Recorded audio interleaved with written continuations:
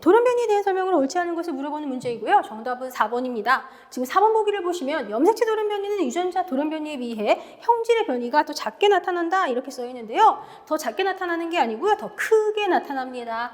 일단 염색체 돌연변이에는요. 3번 보기에 있는 염색체의 구조적 돌연변이, 결실, 여기, 중복, 전자 이런 것도 이제 염색체 돌연변이에 해당하는 것이고요.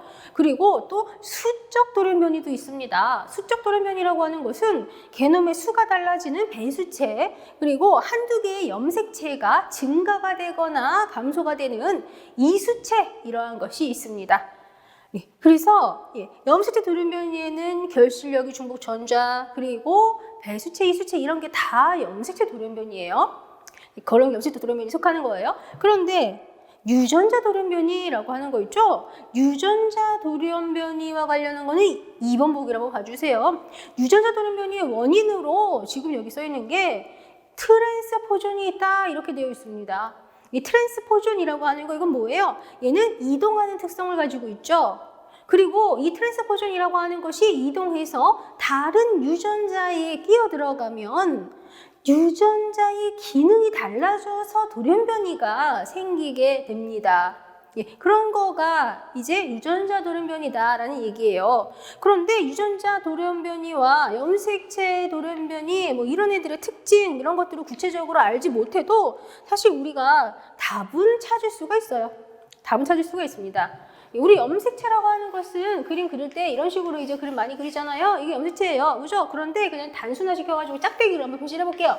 이게 염색체다라고 보자고요. 이게 염색체고 유전자는 여기도 있고 여기도 있고 여기도 있고 여기도 있고 여기도 있어요. 그죠?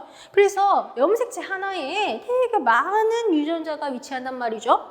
그런데 염색체 돌연변이라고 하는 거는 이 염색체 단위로 생기는 돌연변이인 거예요. 그런데 유전자 돌연변이라고 하는 거는 이런 유전자 단위에서 생기는 돌연변이란 말이에요. 그러면 당연히 우리가 이렇게 염색체 하나에 되게 많은 유전자가 있다는 거 이거만 딱 생각을 해도 유전자 돌연변이보다 염색체 돌연변이가 형질 변이가 더 크게 나타나겠구나라는 거가 그냥 바로 그대로 연결이 될 수가 있죠. 단위 자체가 다르잖아요. 이게 염색체라고요. 이 염색체, 요 통으로 요렇게 염색체 단위로 돌연변이가 생기는 거 하고 염색체 되게 많은 유전자가 있는데 이 유전자 단위에서 돌연변이가 생기는 거 보면 당연히 염색체 돌연변이가 유전자 돌연변이에 비해 형질 변이가 더 크게 나타나겠구나. 그래서 정답이 4번이겠구나. 이렇게 우리가 생각할 수가 있습니다. 그리고 기본적으로 이 유전자 돌연변이 있죠? 이 유전자 돌연변이와 관련해가지고 좀 추가적인 거 한번 살짝 얘기를 해보도록 하겠습니다. 이 유전자 돌연변이라고 하는 것은 DNA의 변화로 생기는 거죠? DNA의 변화로 생기는 거예요. 그래서 돌연변이에는 이 DNA의 변화로 생기는 유전자 돌연변이가 많이 있습니다. 돌연변이는 DNA 변화로 생기는 유전자 돌연변이가 많습니다. 그리고 유전자 수준에서 가장 작은 변화는 1번에서 보기 1번에 얘기하고 있는 이 점돌연변이라고 하는 것입니다. 그러면 이 점돌연변이라고 하는 거 있죠? 이게 뭐냐? 점돌연변이라고 하는 것은요. 점돌연변이라고 하는 것은 이거는 DNA 염기 서열 중 염기 서열 중 한 쌍만 변화해서 한 쌍만 변화하여 원래 DNA에 코드된 아미노산과 다른 아미노산을 지정을 해서 생기는 거예요. 그래서 원래 DNA에 코드된 아미노산과 다른 아미노산을 지정함으로써 돌연변이가 일어나는 것이다. 이게 점돌연변이라고 하는 것입니다. 이게 유전자 수준에서 가장 작은 변화다 이렇게 얘기를 하는 거예요. 그래서 점돌연변이가 뭔지 이거는 간단하게 이제 좀 설명드린 거고요. 그런데 이제 4번이 정답이고 이건 아까 말씀드린 것처럼 이렇게 단위 자체를 생각을 하면 연결시켜서 우리가 답을 찾을 수가 있는 것이죠. 종자 발화와 생일 초시철에 대한 설명 옳지 않은 거 정답 1번입니다. 지금 1번 한번 봐주세요. 1번에서 키워드가 뭐예요? 이렇게 종자 싹을 약간 틔워서 파종한다? 이게 키워드예요. 싹을 약간 틔워요. 이게 키워드죠. 발화와 생육을 촉진할 목적으로 종자의 싹을 약간 틔워서 파종하는 거 우리가 최아라고 하잖아요. 최아. 이거는 최아에 대한 설명이에요. 프라이밍이 아니고. 그죠? 정답 1번입니다. 프라이밍이라고 하는 건 뭐예요? 프라이밍이라고 하는 것은 파종을 하기 전에 수분을 가해서 종자가 발화에 필요한 생리적인 준비를 갖추게 하는 거예요.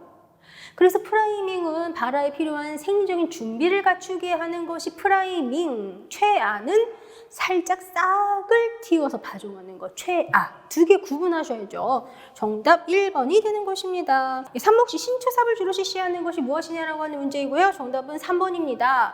지금 이 신초삽이라고 하는 것이 뭐냐면 1년 미만의 3가지를 삽목하는 것입니다. 신초삽. 1년 미만의 3가지를 삽목하는 것. 이게 신초삽입니다. 그리고 이 신초삽이라고 하는 것은 인과류, 핵과류, 감귤류 이런 애들이 이제 신초삽을 실시하는 애들입니다. 인과류, 핵과류, 감귤류 이런 애들이 신초삽합니다. 그래서 정답이 3번, 핵과류, 감귤류 3번입니다. 그러면 지금 여기 1번 한번 봐주세요. 포도나무, 무화과나무 이렇게 있죠? 얘네들 같은 경우는 지금 과수나무예요. 그런데 이런 포도나무, 무화과나무 같은 과수나무 얘네들은 경지삽을 실시합니다. 경지삽. 경지삽이라고 하는 건 뭐예요? 딱딱해진 가지를 삽목하는 것입니다. 그러면 이런 과수나무에서 가지가 나왔는데 이렇게 딱딱해졌다. 이건 뭐예요? 나온 지 좀 됐다는 얘기죠. 그래서 이거는 묵은 가지, 묵은 가지라는 얘기예요. 그래서 묵은 가지를 삽목하는 것이 경지삽이고 이게 포도나무, 무화과나무 이런 애들이 경지삽합니다. 예, 그리고 이제 여기 2번 보기를 봐주세요. 포도나무, 피투니아 이렇게 했는데요. 포도나무는 경지삽이라고 이미 얘기했으니까 포도나무는 이제 경지삽 이렇게 생각하실 텐데 피투니아 같은 경우는 녹지삽을 합니다. 녹지삽이라고 하는 거는 녹색의 가지를 삽목하는 것입니다. 그러면 녹색의 가지라고 하는 거는 나온 지 얼마 안 됐으니까 녹색이겠죠. 그래서 지금 이거 같은 경우는요. 당년생의 초본 녹지를 당년생 초본 녹색의 가지를 5월에서 6월 정도에 삽목하는 것입니다. 5월에서 6월에 삽목하는 것이다. 이게 녹지삽입니다. 그리고 이 녹지삽을 이용을 하는 것이 피투니아 그리고 4번에 있는 카네이션 펠라고늄도 역시 녹지삽합니다. 정답이 그래서 3번입니다.